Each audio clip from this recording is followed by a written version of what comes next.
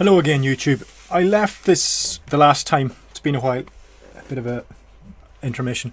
I left this the last time I was talking about asynchronous, synchronous code. Now, there's asynchronous events, there's asynchronous protocols, synchronous protocols. This is the code I'm talking about. So I'll get to those others. So as an example of this, I had an output pin connected through a LED and a pull down resistor and a current limiting resistor, which we're just counting up a value and then testing it, and if we've reached a target value then we reset the counter and flip the bit. And D1 is actually controlled by this D2, which was an input pin. Now if we press this button, this is the asynchronous nature the synchronous nature of this code, that the function we've called to transmit the letters THE for the in Morse code actually tie up the microcontroller for the entire duration of that task. So it's a small task, it's only 3 letters, but at the same time it's a finite period of time, and during that transmission the other LED that we're counting up and resetting appears to be locked up. So we're going to do this, instead of having a synchronous function, we're going to do an asynchronous function using hardware interrupts. That's where I left it the last time. So the code was this, more or less. So the first, inside our main infinite loop, we've got the first part which increments a counter, which is called delay, tested against a value, in this case 3FFFF. And if it's hit that target value, then we reset the counter to 0 and flip the bit. So we're flashing the light every so often. Then the next bit just tests the input pin on pin D2. And if it's been pressed, it pulls. If it's been pressed, it's pulled down to ground, and then we execute this Morse function, which is a synchronous function. So we ultimately want it to be asynchronous, but for the minute we're just going to we'll go through this code, and I want to sort of outline what I mean more clearly, hopefully more clearly. So if I just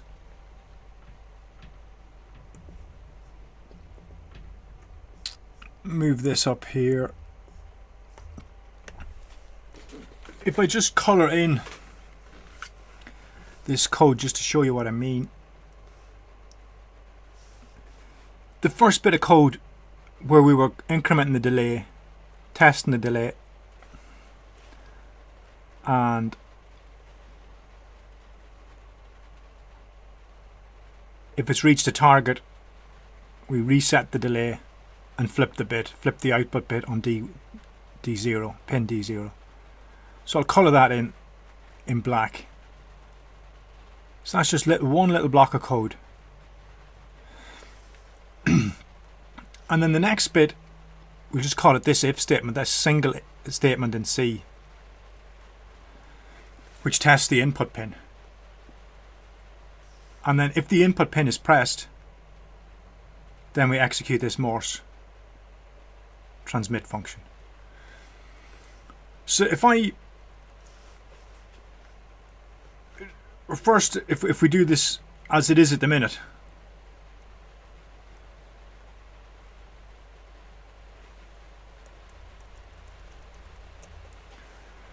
so if I go through it as it is at the minute,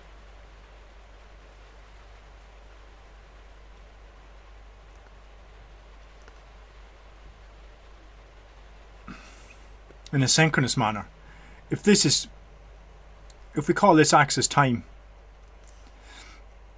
then when we do our initialization up above here and we drop into the main while loop, we execute this black section of code.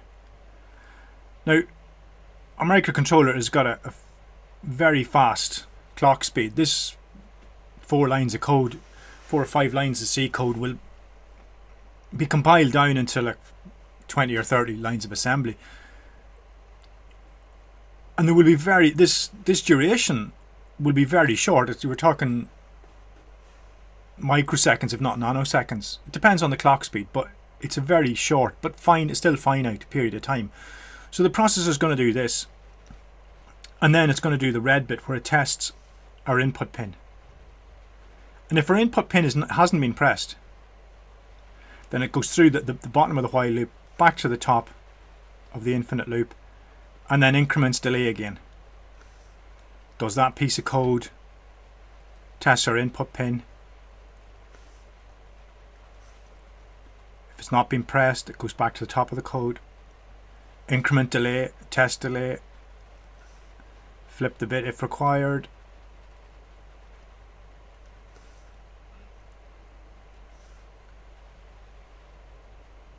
And back to the top again. Now if on this pass through we imagine that the button has been pressed, then we're going to drop into this function, the transmit Morse. And this function isn't going to return, because it's synchronous, it isn't going to return until it's completed its task. It's a synchronous function call. It will return when it's done what it's doing. So at this point in time, we're going to drop through the while loop and go back to where we were. We're going to carry on as we were. There's a few things about this. At this point in time, we know that the transmit function has finished, and as a result we've transmitted all the Morse data that we were going to transmit. Now if we were counting to 5 from here, if we started at this point, I know we're counting to a target value of 3 FFFF, but if we were counting to 5, 1, 2, 3, 4, we would expect the 5th increment and test of delay to be at that point in time.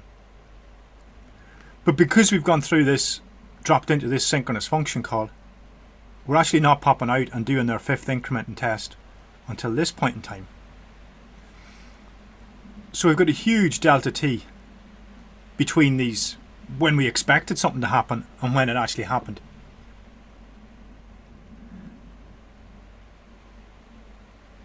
Because the synchronous nature of this function call.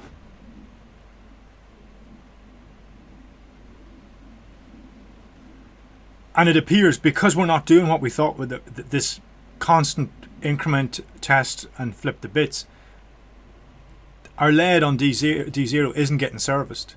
So it looks as if it's locked up. So I mentioned hardware interrupts the last time.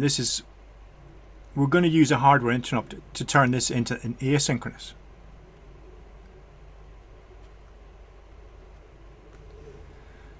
So in an asynchronous function call,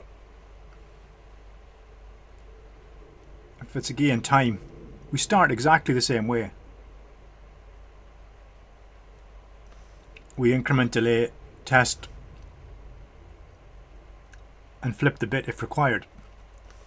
Test our input pin, back to the top of the while loop, increment delay, test. And I'll try and do this the same number as above.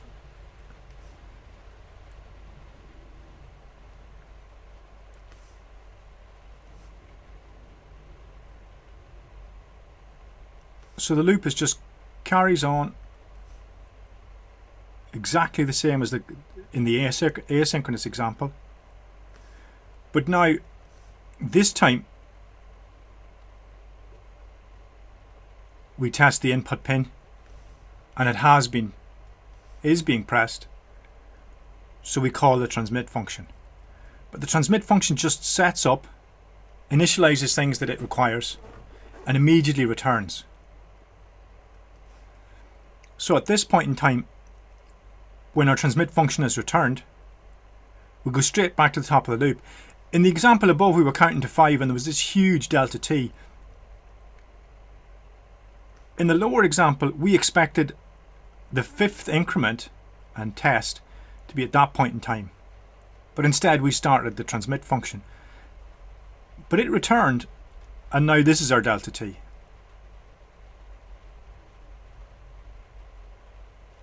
And at the speeds we're talking about, you're not going to notice the difference between those two. The difference with this delta t is nanoseconds. You'd have to time it accurately, but it's very small. you're not going to notice the difference. A human being isn't going to notice the difference. Other things will. Computers will notice the difference, but this isn't going to know. You're not, in a flash and LED example, you're not going to notice the difference. I set up above here that we know at this point in time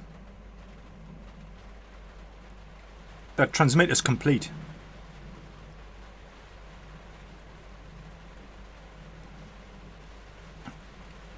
Because this is a synchronous function call, we know at this point in time that that's been completed, the task has been completed. This is an asynchronous function call. We've no idea. We've started it, but we've no idea what its status is. You'd have to poll it for that to happen, but we don't need that information. We don't care whether it's finished transmitting or what point, whether it's halfway through, 3/4 of the way through. We don't care.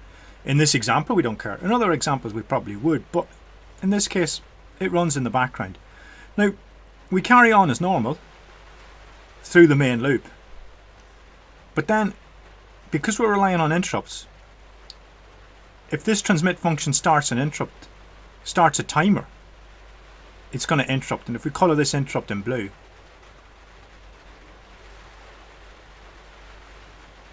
it's going to call the ISR, the interrupt service routine.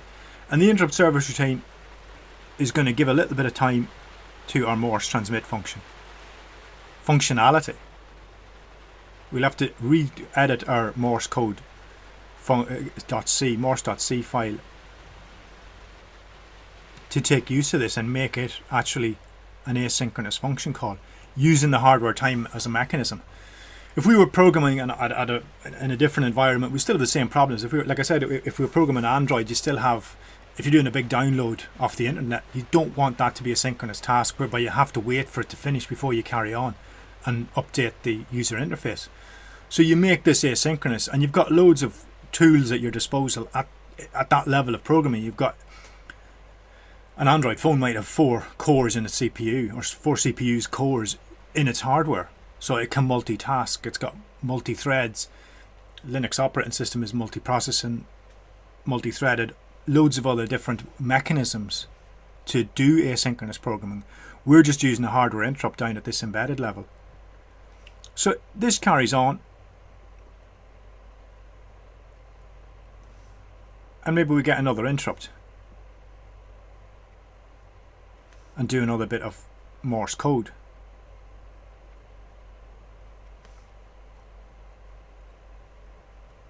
And the interrupt can happen anywhere in processing. It can actually happen if this first stage is 20 lines of assembly language. We can actually interrupt in the middle of that. So we haven't actually finished that little task. We get an interrupt. We do a little bit of Morse, and then we finish what we were doing. We come back, the processor comes back and finishes what it was doing. So the sum of these two little bits is equal to this bit over here, where this task was started and completed in one go. In this case, it was interrupted, went off to service the interrupt, did a little bit of transmission, and then popped back, finished its task. So the interrupt can happen anywhere. And at some point in time, when we finish processing the interrupt, that's another thing to note, is that in this example up above, if we were transmitting 20 dots of, we're obviously not transmitting 20 dots of Morse code, but if what we were transmitting, including dots, dashes, and inter-element, inter-word, or whatever spaces, if the sum total of all that was 20 dots, and each dot in our example is a second, then we've got 20 seconds of time here. This delta t is 20 seconds. It takes us 20 seconds to transmit everything. Most of the time we're in a loop, just counting up and then flipping the bit. So all this task does is turn the LED on, count up a bit, turn the LED off, turn the LED on, turn the LED off. But for most of the time, over 90% of the time, it's probably counting up and doing nothing else. So in the case below, we only need to interrupt every time we need to change the bits. We don't have to count up anything. So this, even though it's still going to take 20, in the example timings, like if it's still going to take 20 seconds to transmit something, and we will see 20 seconds of Morse, it will take a fraction of a second of actual CPU time to execute that, because we only interrupt and flip the bit when we need to. And eventually Morse will finish transmitting, disable the interrupt if it doesn't need it anymore. I should have drawn that in blue, sorry. We got a final interrupt, and if the Morse is finished, then it should disable that interrupt. It doesn't need it anymore, and then we're just back to the same loop again. We're never going to get interrupted, and we never know that. We never know whether we've been interrupted or not, because we just carry on as we were. So for all this to happen, we need a hardware interrupt. So we're going to set up a hardware timer to do this.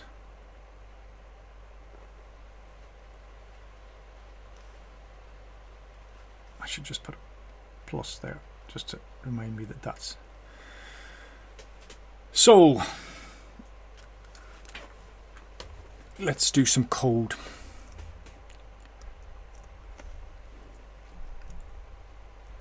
So this first part, we initialize our GPIO. For this second part, we're going to set up a hardware timer.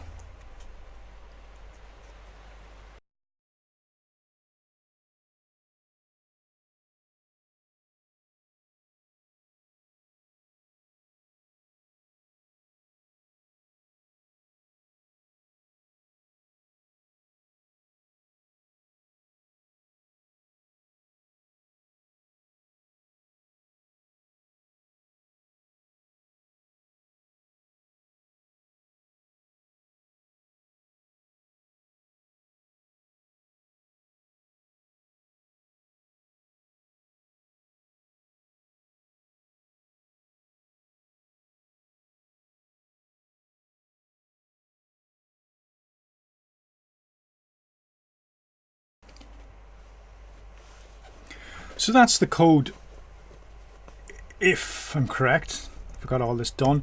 If I go through this, the comments are pretty self-explanatory. There's each timer in this embedded microcontroller, you can count it from a number of different sources. For example, if we were measuring the speed of a shaft, the rotational speed of a shaft, we might have a Hall effect sensor, and every time the shaft turns, we'll get a pulse on that pin. We could input that into an input pin of the microcontroller and count that, so we could actually determine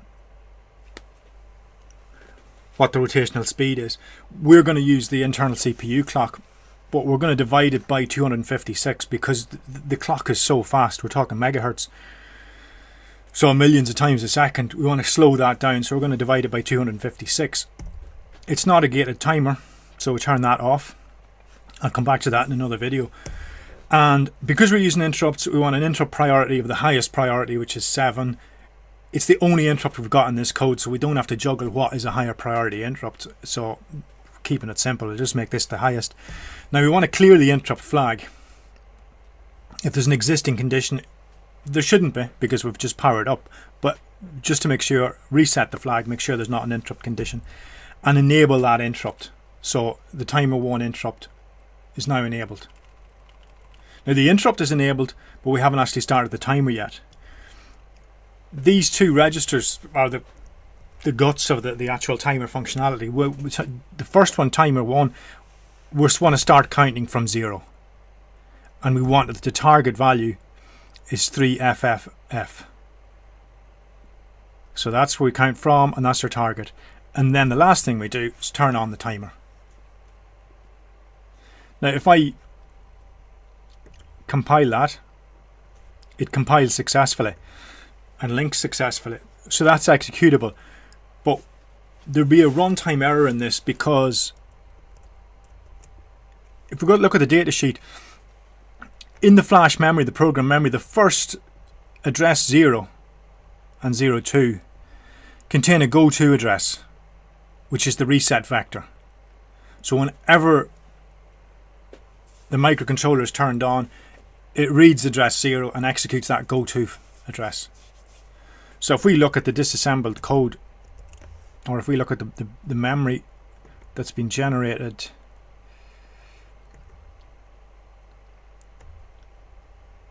the first instruction 0 and 02 says go to 200. So we'll pop down to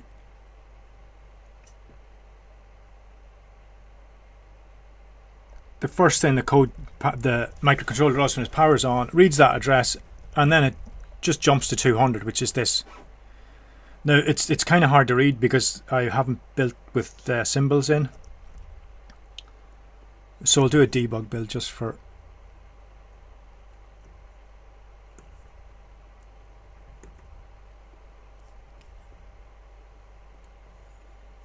program memory. Right. So now you can see here that the data sheet suggested that 00 is their go-to address. Then we've got various software traps. So if we try and do a divide by 0 and stuff like that there, the first few interrupt vectors are for those. And then we start with the actual peripherals interrupt vectors, and as you can see, we've got 245 plus the 0, 246 interrupts from peripherals. And if we look at the table in detail down here, timer 1 should be at address 1A. So if we look at our code, if we go to address 1A, that's the default interrupt. So we're going to jump to the default interrupt. And the default interrupt should be, if I go page down and speed this up, is it?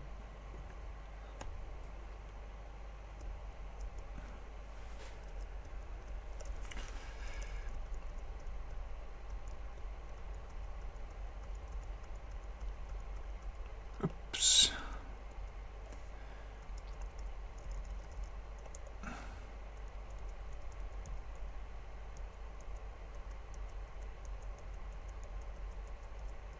I don't see a default interrupt listed. If I go back to build a normal build without the debugging and go to the program memory, this address is E20, sorry, 2E0. It gets disassembled as a no-op because if this was an executable piece of code, it would be it's actually an address, but yeah. So E20, or sorry, 2E0, 2.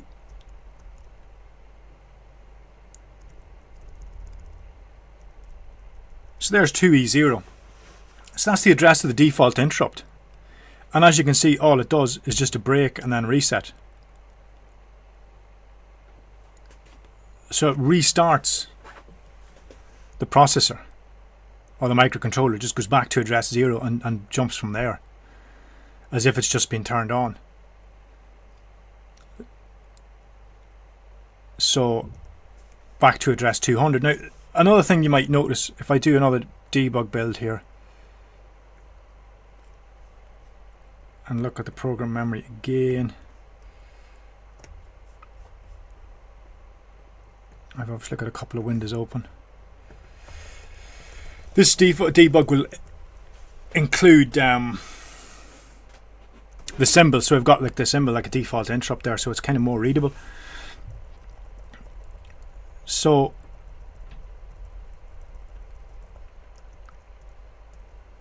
our reset address was 200. Now you may notice that the address 200 isn't our main function. The main entry point into a C program is the main function, but that isn't where our program starts, the compiler and linker actually add the C startup code, which will initialize the memory, initialize stacks, initialize various things depending on the platform. On a Linux box, it will have to set up memory for that specific task and stack for that specific task, so that it can't write to memory. Although the memory management unit won't allow that task to write to somebody else's memory. It's a huge security problem. So when we move to 200, we're actually now setting up all that has to be done. And then at this point in time, when we've done that, we call main, and that's us dropping into our actually C start of execution, our entry point into the C code. So this first 20 instructions or so just sets up everything, gets things ready for the C, and then just calls the C main, and then we're off and running. So back to where we were, we've got no interrupt service routine. So 1A, which is this line, should be calling an interrupt because we're going to get a timer interrupt. So we have to write a timer interrupt. All interrupts have to be void.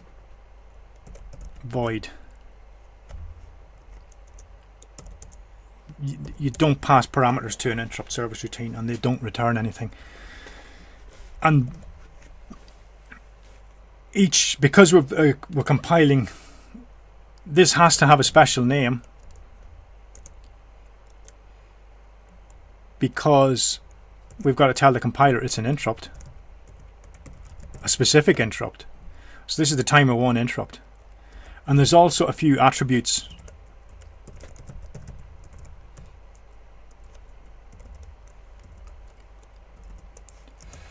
that we have to set so that make sure it's an interrupt, you know it's an interrupt, and no auto PSV. There's no point in me going through that at the minute, so we'll leave that. But that's our interrupt service routine. And the functionality of this, what we want to do is,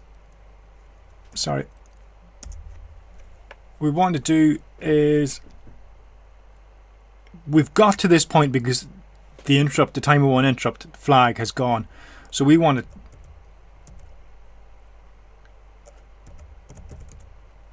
reset that flag. Make sure the flag has been reset to 0.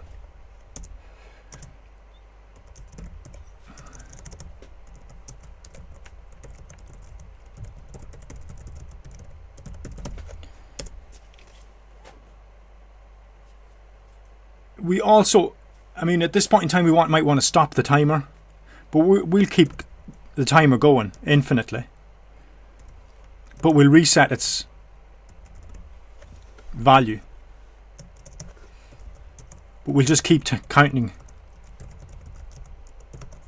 from 0 again. So this will keep going. Oops.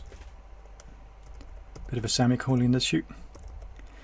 So I don't want to get into the Morse and making that asynchronous function, so at the minute we'll just set, we'll toggle that first pin.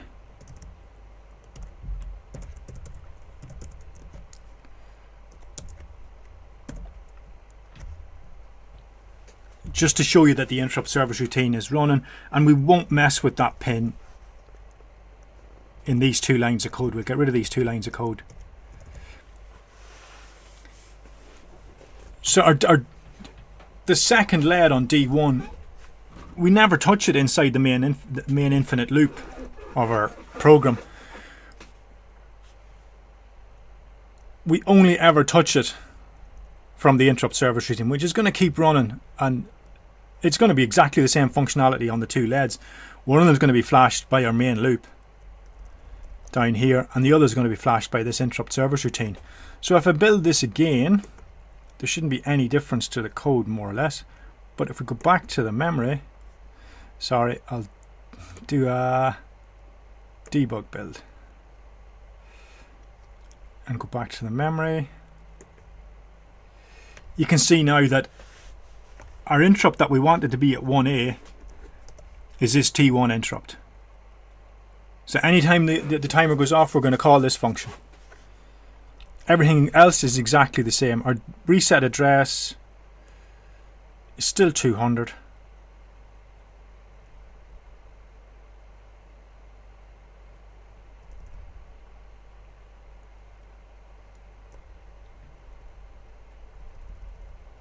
And we still call in main just down below. So now that's us. Let's go and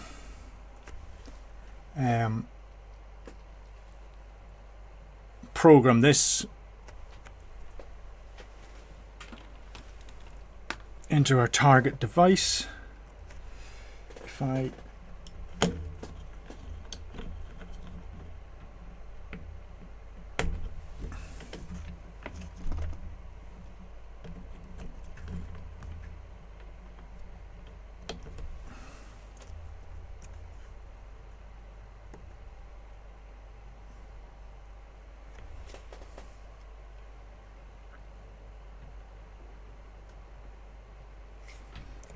programmed so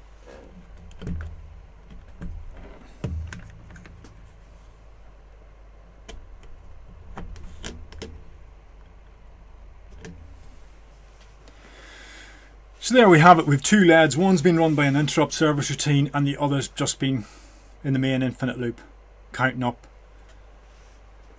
So now the next task is to actually plug this asynchronous tool into our Morse transmit function so that we can both transmit and flash the LED at the same time. And I'll do that next time. Thanks a million for watching.